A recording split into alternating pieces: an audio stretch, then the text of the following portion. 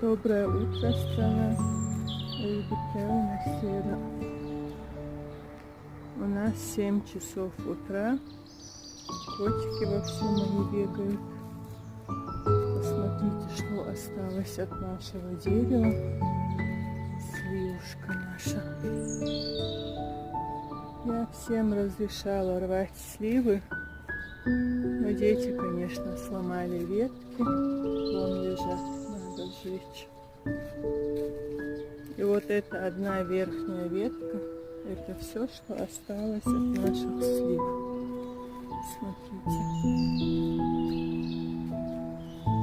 Я решила, раз все кушали, садока, взрослые, дети, все, кто здесь проходил, одну ветку можем покушать и мы. Правда?